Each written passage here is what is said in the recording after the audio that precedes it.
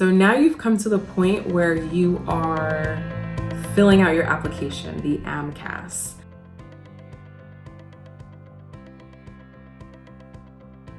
Take a second, do some deep breathing, and ask yourself, do I really want to be a doctor? And I don't mention that question facetiously. I actually say that because you're going to have to answer that question a lot during this application in multiple iterations. So ask yourself that question first. Do I want to be a doctor? I mean, this is a long process. It's very, very rewarding, but it is long and it is not easy. Next, you're going to want to make your school list. So in making your school list, the best thing to do is to have tiers, probably similar to the way that you did for college.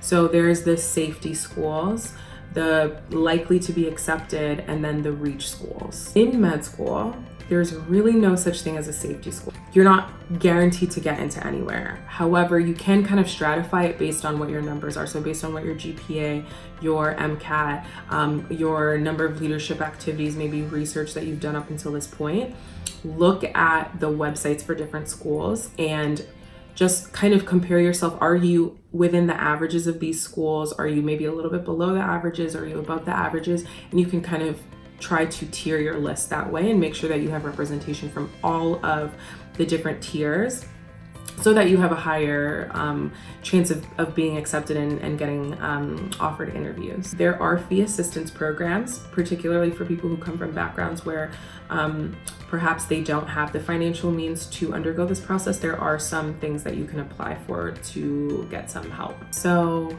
it's time to craft your personal statement. This process is going to be really important to really make your application come alive. Who are you as a person? What are you passionate about? What drives you? Share compelling personal stories and anecdotes. Perhaps use that in your introduction or interweave them throughout your essay. Share your personal statement with loved ones and with people who know you, and ask them, do I come across, does this sound like who you know me to be? And then obviously have them check for grammar and different things like that as well. And then read it out loud to yourself. Another aspect of the AMCAS application is going to be the letters that we talked about. So hopefully at this point you had your conversations with your letter writers and let them know that you're applying.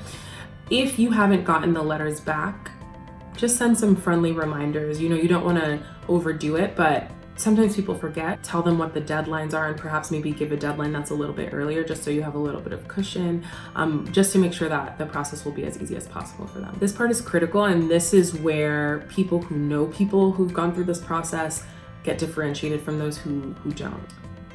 Your schools are going to have deadlines.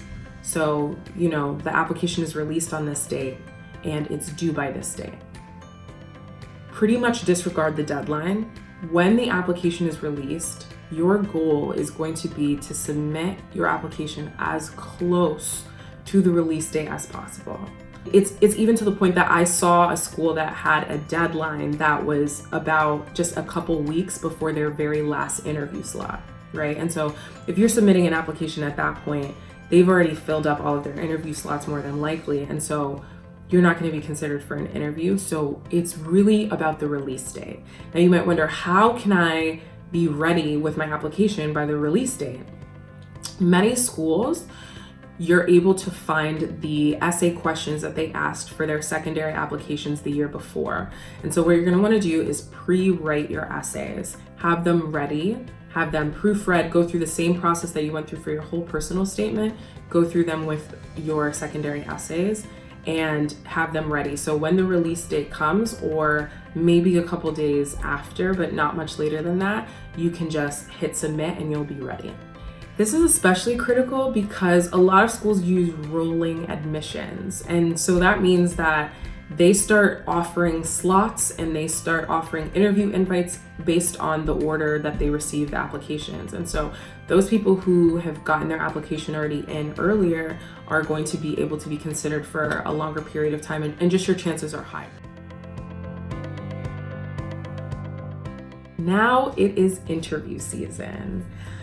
The key here, similar to what I just said about the essay questions, you can also practice and be prepared for common interview questions. So things like, why do you want to be a doctor? Or what are your strengths? What are your weaknesses? Things like that. Those are questions that you can practice with loved ones or with whoever's around you, and practice saying out loud, what does it sound like when I say the answer to that question? Just so whenever you get into the actual moment, you don't feel so nervous. Another thing that you're gonna wanna do is get an interview suit. You don't have to spend a ton of money on this at all, but you just wanna get a suit that looks professional. You want to stand out in this med school process, but you don't want to stand out because of your clothing. And so just get something that looks professional and clean and will be easy to repeat wearing. And you can even perhaps get multiple if you like. And speaking of money, you're going to want to be saving during this period, because the cost of flights can get so expensive. I cannot overemphasize this. And if you're waiting for interview invites and there are schools that you just know you really want to go to, it might help to send just a little email. It's called a statement of interest, saying, hey, I haven't heard back from you about interviews, but I just want to let you know that you are a school that is of high interest to me. I really believe in your mission statement. I feel like I would receive top tier training at your institution. I would greatly appreciate if you considered me for an interview. Things like that. You don't want to overdo it, but doing things like that can just, especially if you were an application that was perhaps just right on the edge and they weren't sure if they were going to offer one to you, that can help push you over the edge. While you're at the interview, I know this largely should go without saying, but I'm just gonna repeat it here. You want to be respectful. I mean, and this is in life, especially at this interview. That means the people you're interviewing with, that means the people that are setting out the food for you. You want to absolutely show and put your best foot forward in this scenario. And then once you've left the interview, you're able to send a thank you note, just saying, thank you so much for the interview. I really enjoyed my day. Some schools will say, we don't want thank you notes. Obviously listen to what they say. Otherwise, it is helpful to just kind of say, thank you so much for your time. Okay, so now you've done your interviews and you're waiting to hear back if you've been accepted to certain schools. There's a few things that you can do during this period. Number one, reflect. What were the things that you liked? What were the things that you disliked? What are the things that you need to consider for yourself? Personal preferences. Is the location gonna work? Do you wanna be near a family or a significant other? Was the mission of the institution something that you liked? Did you feel like you were going to be able to explore all of the different specialty interests that you want? Do you feel like you'll get good mentorship? If something about your application changes, like you get an award or a research publication or something after you've already submitted your applications, you can make updates just so that can be part of the consideration of your application. Additionally, after you've interviewed, if a place is somewhere that you really know that you want to be, it can be helpful to just send an email saying, hey, I've done my interview process and you guys were my favorite program. I would be extremely honored to go to you. You don't want to send these out to multiple places because you're not going to sound genuine. But if there's a place that you really know that you want to go, it could be helpful to express that.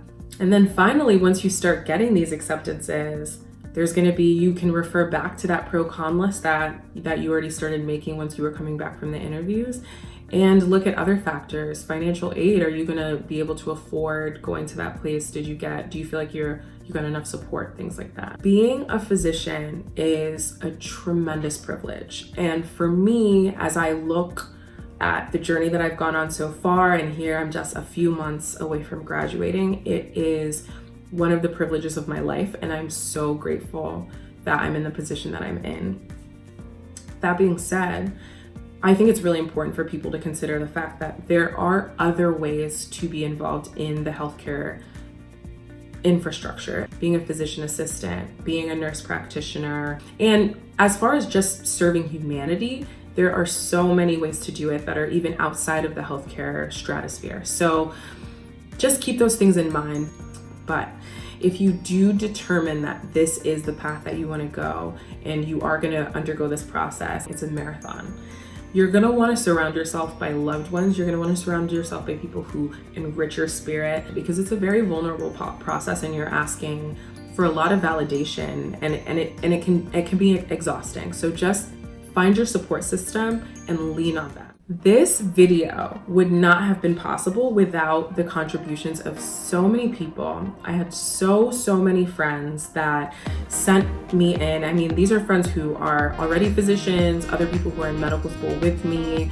I'm drawing on advice and guidance that I received during my own pre-med process from my pre-med office at my undergraduate institution, from conversations that I've had with pre-med advisors and pre-med admissions counselors. That being said, there's still more to add to it, you know? Let us know in the comments, what did we miss? Let this be a community where we can kind of share and feed off of each other. And as always, please remember to like, comment, and subscribe. And you can also hit the bell notifications to know the next time that I upload. Thank you so much, and I will see you guys next time.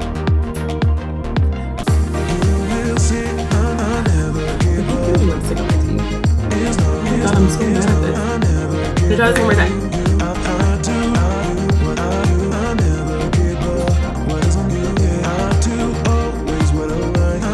That was the best.